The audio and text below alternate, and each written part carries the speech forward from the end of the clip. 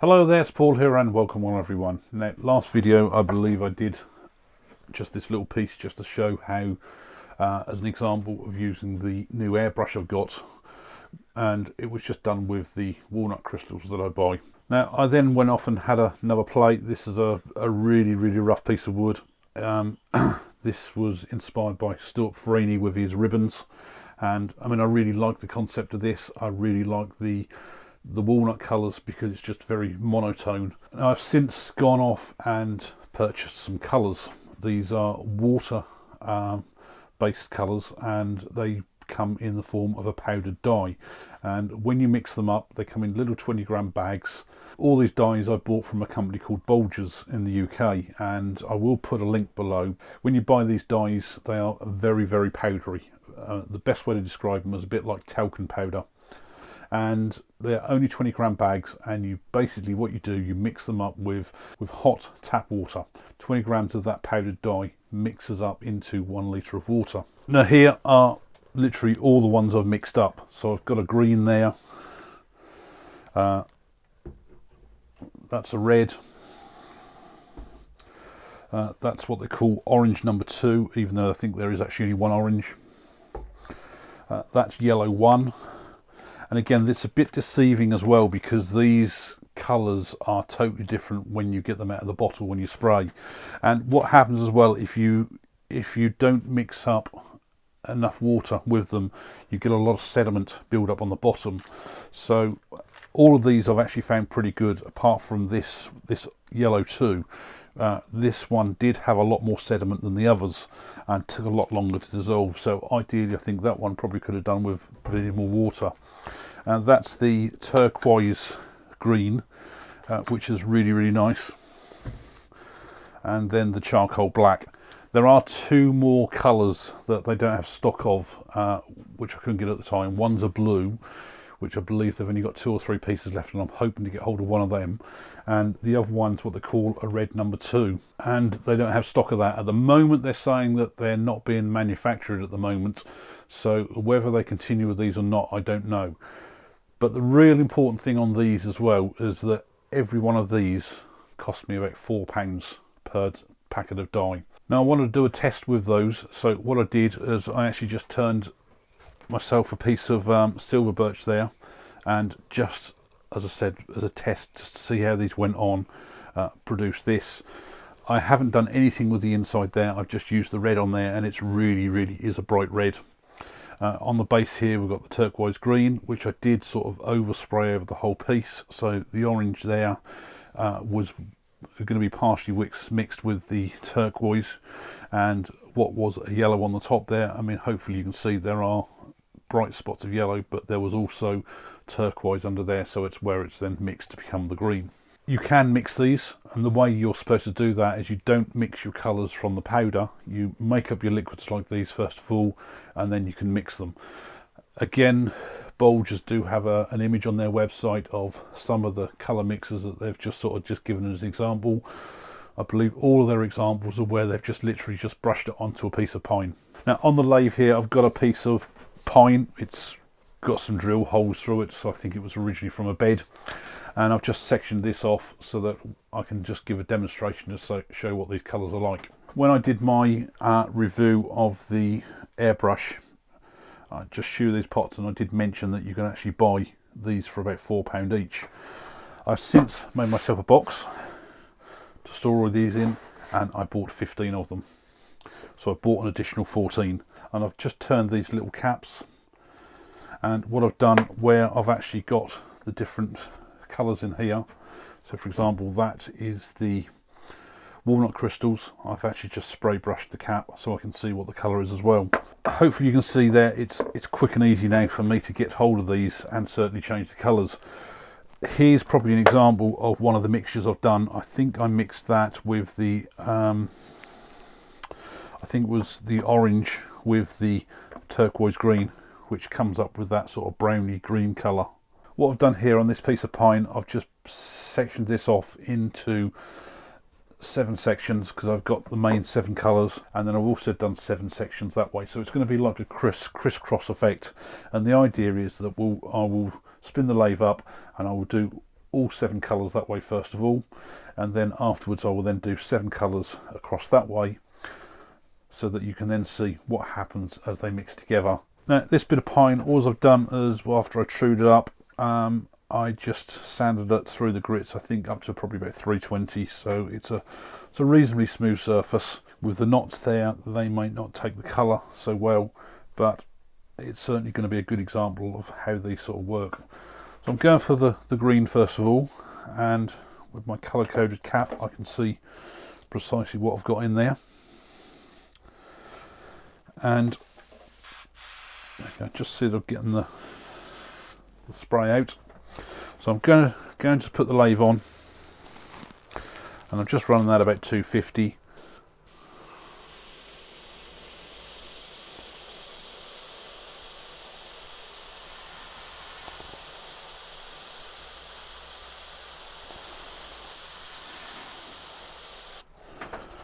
And all I do is when I replace these colours, take the top off first of all and just blow out the airbrush.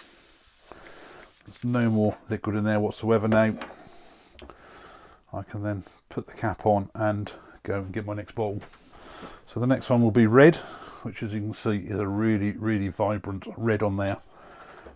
And again, once I've got this on the airbrush, I'll just blow some through, because if there's any remnants of the green in there, it's going to clear straight away. So I'm not hopefully going to be overlapping these at the moment. There might be a slight overlap, but I'm trying to keep within the lines. So hopefully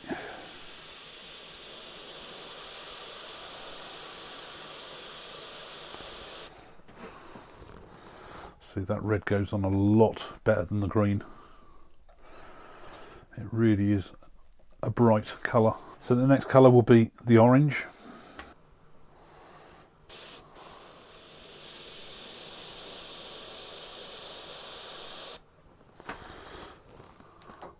And that's gone on quite thick and quick first of all, just the same as the red. The next colour will be yellow, what they call yellow number 1.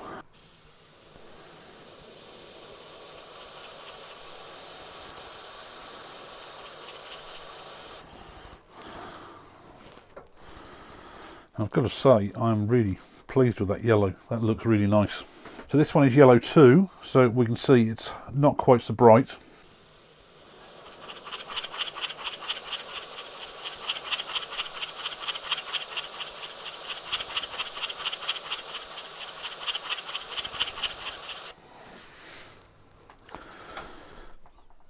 it's just a lighter shade of yellow there. This one's the turquoise green, and I've got to say I really do like this colour.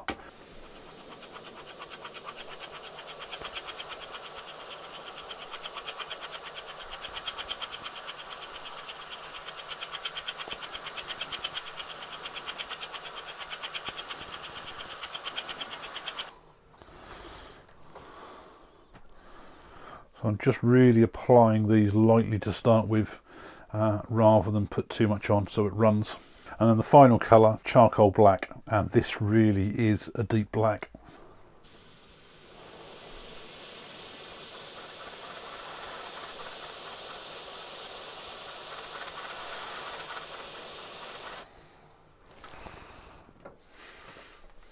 All those colours have now been applied. I've probably just oversprayed the black a little bit there. It's sort of infringing on the turquoise.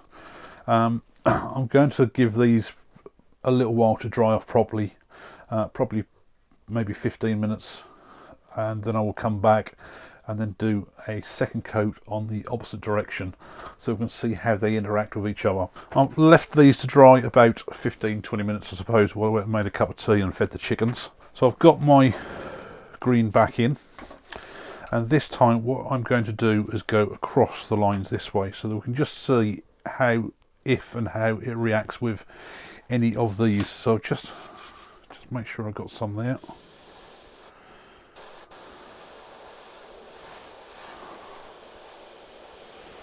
So I'm just trying to do this fairly carefully.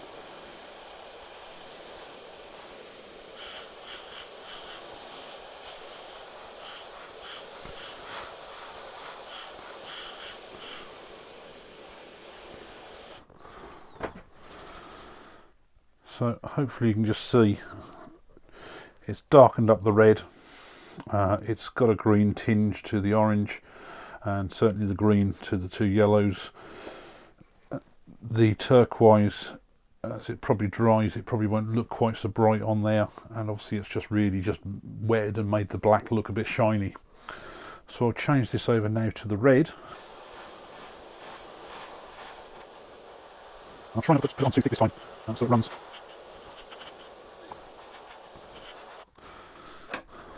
So with the green, it's just turned as a dark red. Obviously made the red a bit bolder. The orange has just gone really more of a slightly reddy orange. Yellow has gone more to an orange. So we've got two shades of orange there. The turquoise now, it looks like it's gone a purple. And the black at the moment, I mean, I'll see how that dries, but that looks very much like a reddy, just tinge onto the black there. So this is the orange now, so we're now on the third colour here.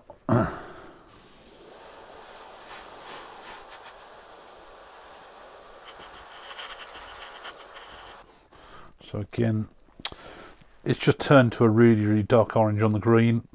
Red really hasn't had any effect. The yellows have now gone towards the orange. The turquoise it's a bit of a funny colour really. There is orange in there with the green. So this is the yellow one, which is that one.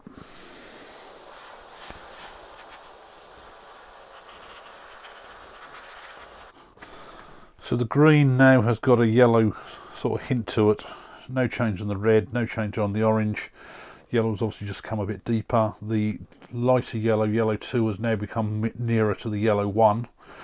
The green has now become, it's sort of like the turquoise has now become more of a green with hints of yellow in it, and obviously no change on the black. So this is the yellow 2, which is that one.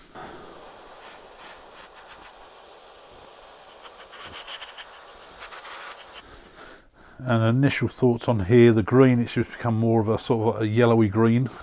No change to the red or the orange. The yellows really just haven't changed.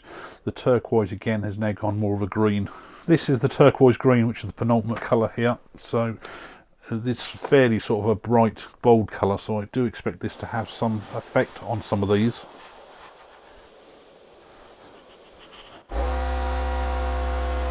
Now that's the first time my compressor has kicked in with all this spraying that I've done so far, so it just gives an idea of how much or how often you probably expect a 24 litre compressor to kick in. Now the thing I've got to say here, this turquoise, it's now turned the green more into a turquoise. The red, I really like, it's turned into a purple. The orange, it's more of a dark green. The yellow, a bright green, as in the bright yellow. Yellow number 2 is slightly darker green, and obviously no effect obviously on the turquoise or black. So the last one will be the black.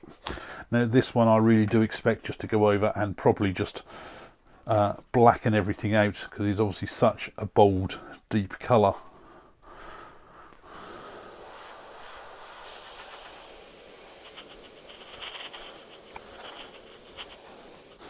Now obviously what's interesting there is that because obviously got the knot there, it's where it's not going to penetrate.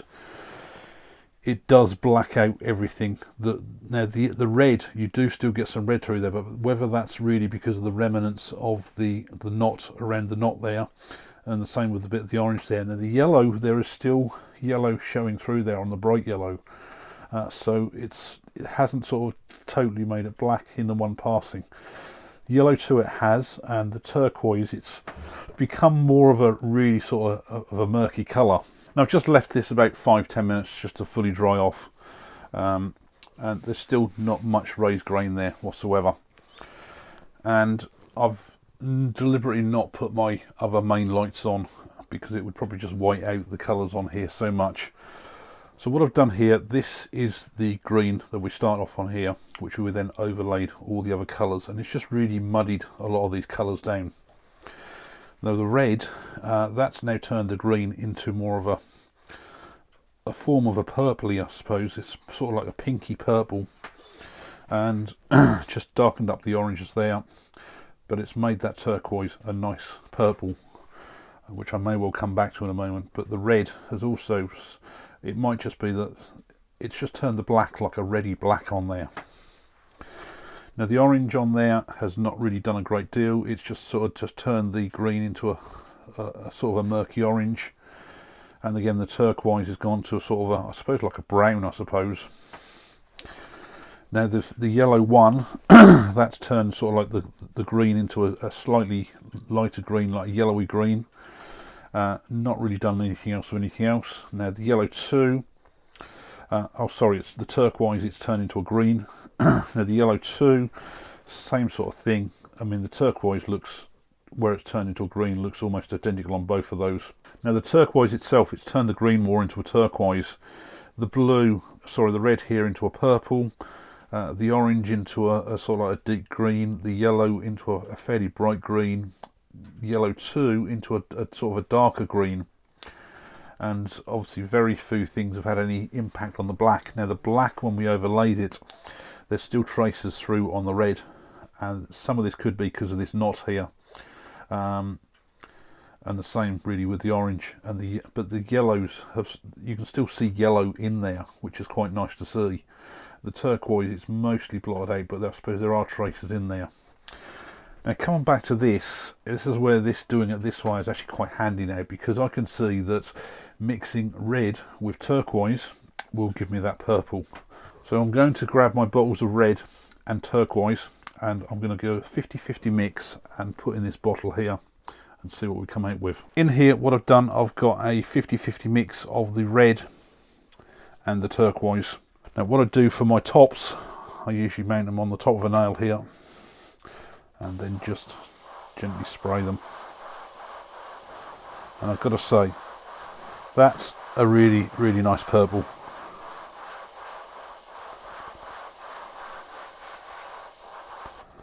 Now the other thing as well, a lot of these colours don't always show up their best until you've got some form of a finish on. So first of all, I'm just going to use some spray on cellulose sand and cedar from Chestnut Products.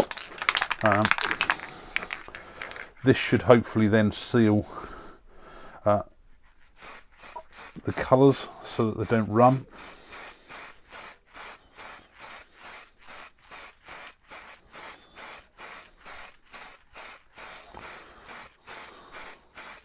Now just let the sanding sealer go off there. That's totally gone off now.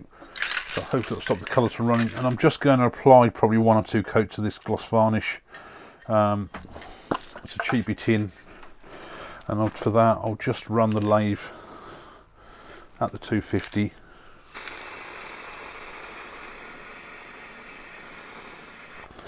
And hopefully that will give a fairly even coverage.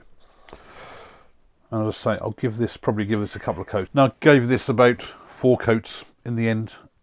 It's touch dry, it's still a little bit tacky in places, especially where the knots are.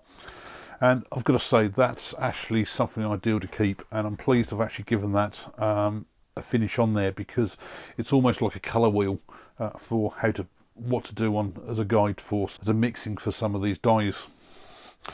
Especially that purple. I really do like that purple, which has come out as a really, really nice colour. While I was in the middle of recording this video, I've actually managed to order the blue.